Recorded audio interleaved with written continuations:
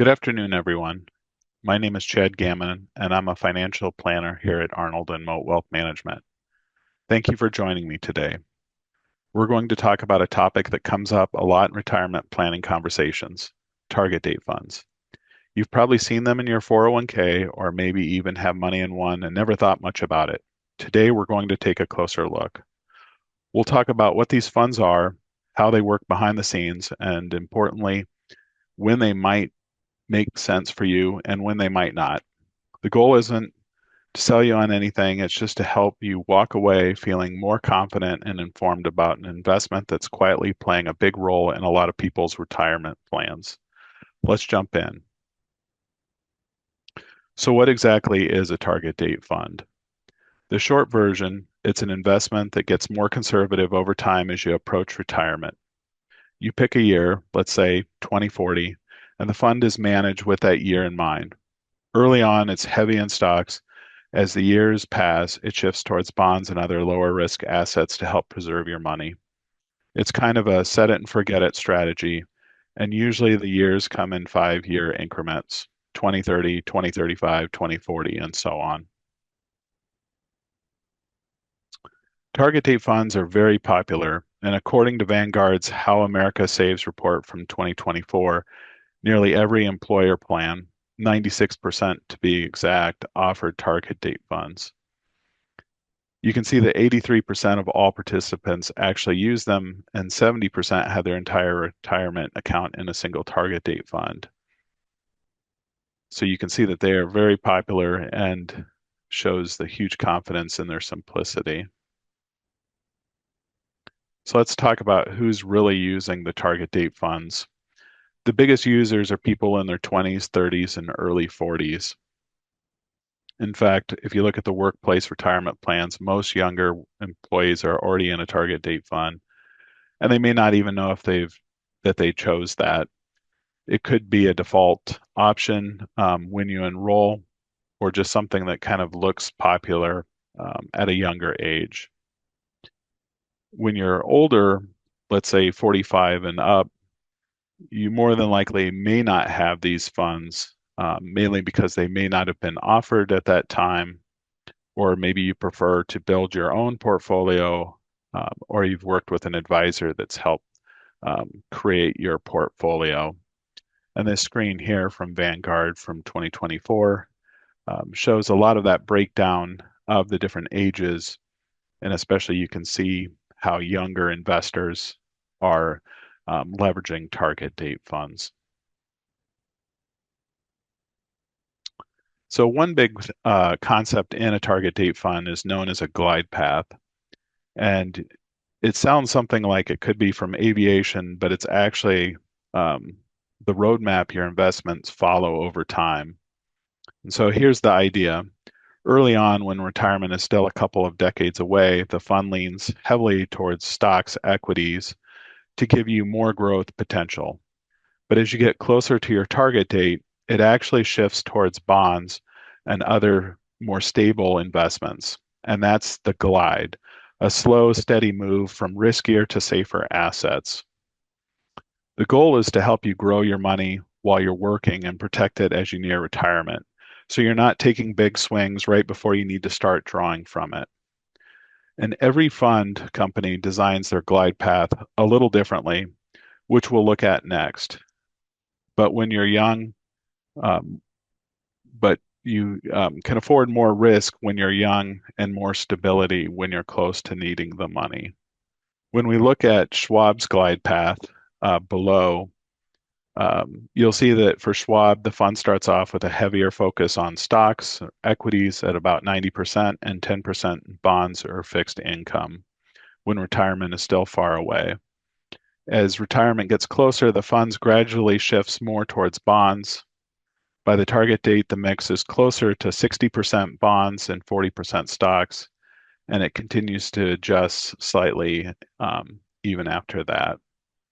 It's a gradual transition meant to reduce market risk as retirement approaches. Like most target date funds, all this happens automatically in the background, so there's no action required on your part. This kind of glide path works well for people who prefer a smoother shift into retirement with less volatility later in life. And then next we have a glide path from Fidelity with Fidelity's Freedom Index funds.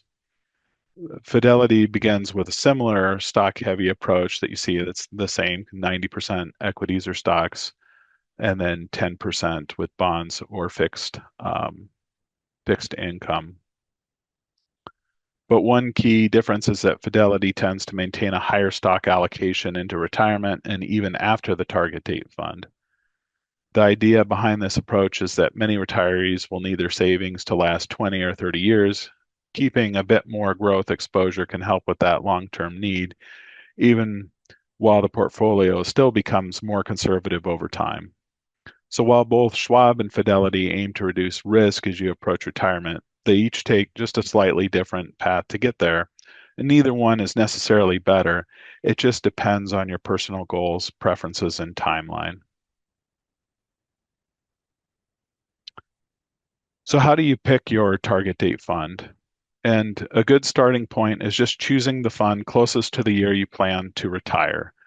But this, and this is most important, you should also think about your personal situation, your risk tolerance, and your financial goals.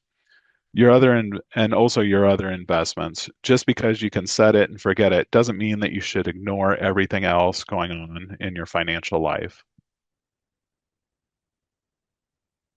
And so let's take a look at how different fund companies build their target date funds. And we're going to specifically look at a sample year like 2040. Each provider, whether it's Schwab, Fidelity, or Vanguard, builds their fund a little differently.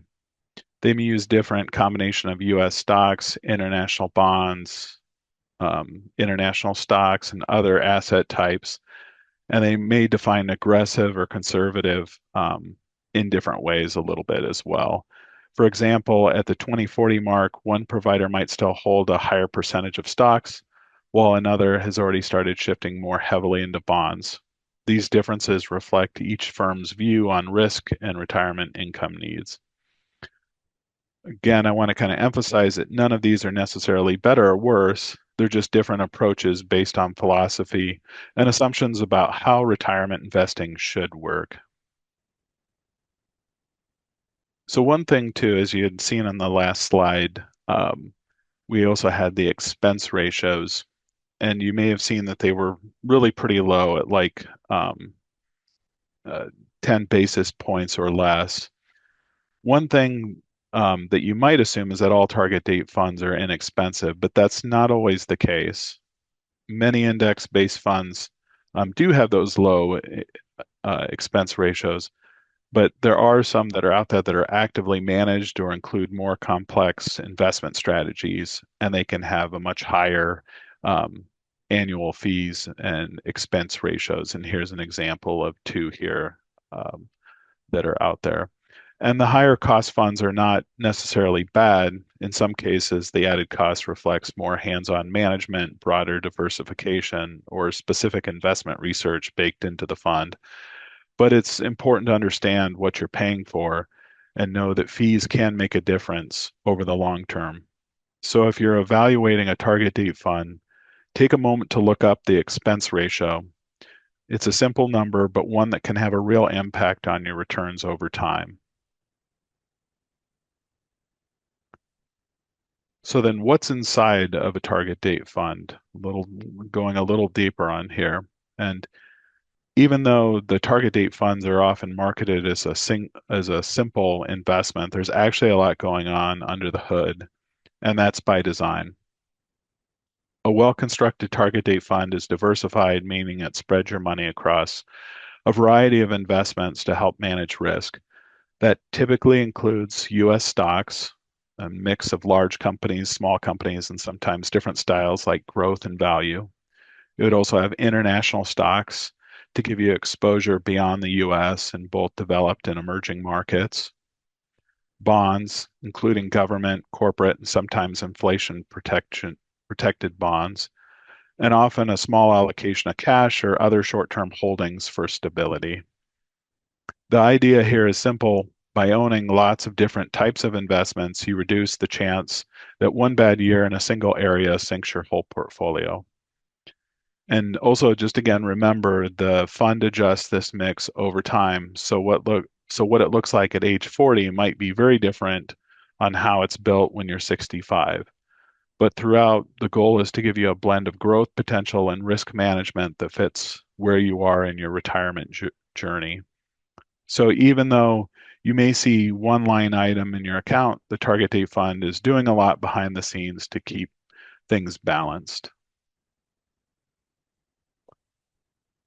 And then one thing too that people often overlook is that a target date funds are just not, again, invested in the US. They actually have global exposure too.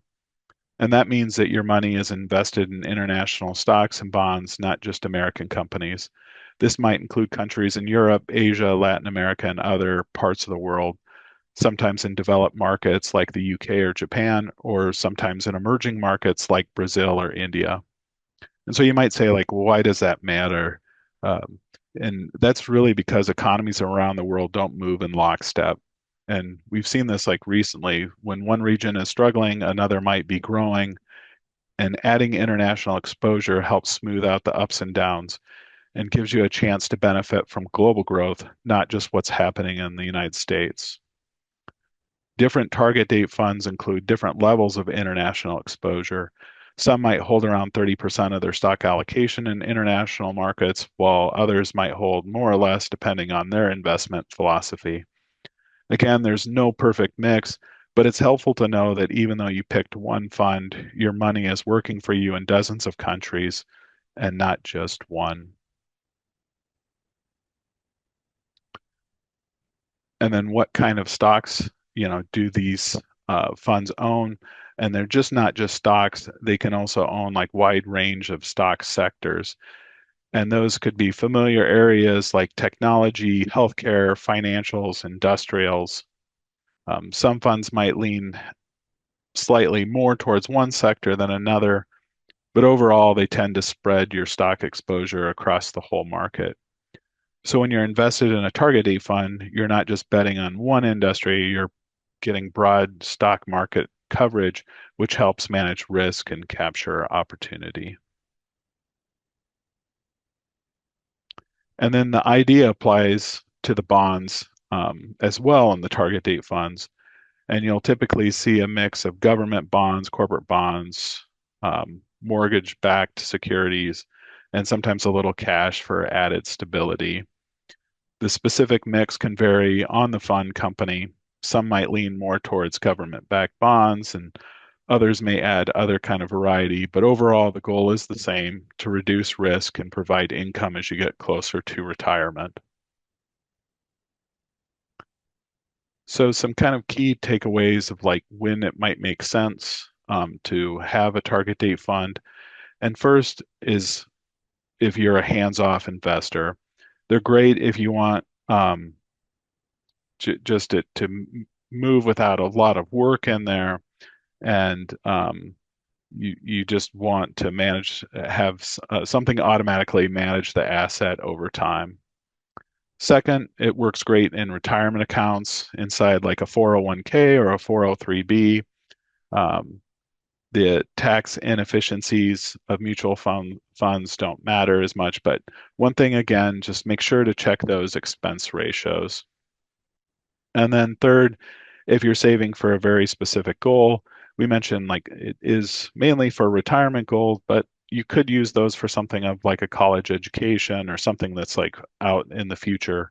And then you would just need to adjust. And then when might a target date fund not make sense? They wouldn't make sense if you were in a taxable brokerage account. And mentioned this a little bit earlier of the inefficiencies of the mutual funds. But with those mutual funds in a taxable brokerage account, the funds could generate capital gains that you can't control, and that could lead to a surprise tax bill. And then it also wouldn't make sense if you want more control of your investments and you want to adjust your own mix. Maybe you want to add more international exposure, or you want to change something that's a little bit different. A target date fund just might feel a little bit too rigid for you. And so I want to thank you again for your time and attention during today's webinar on target date funds. We hope this session has provided you with valuable insights on how these funds work, what's inside them, and when they might make sense as part of your retirement planning. Target date funds can be a convenient, hands-off way to invest, especially within retirement accounts, but it's important to understand the difference in cost, strategy, and structure across providers. By knowing what you own and why, you can make better decisions that support your long-term goals. If you're thinking about whether a target date fund fits in your plan, or if it's time to consider a different approach, don't hesitate to reach out. We're happy to walk you through it. Thank you again, once again, for joining this webinar, and have a great day.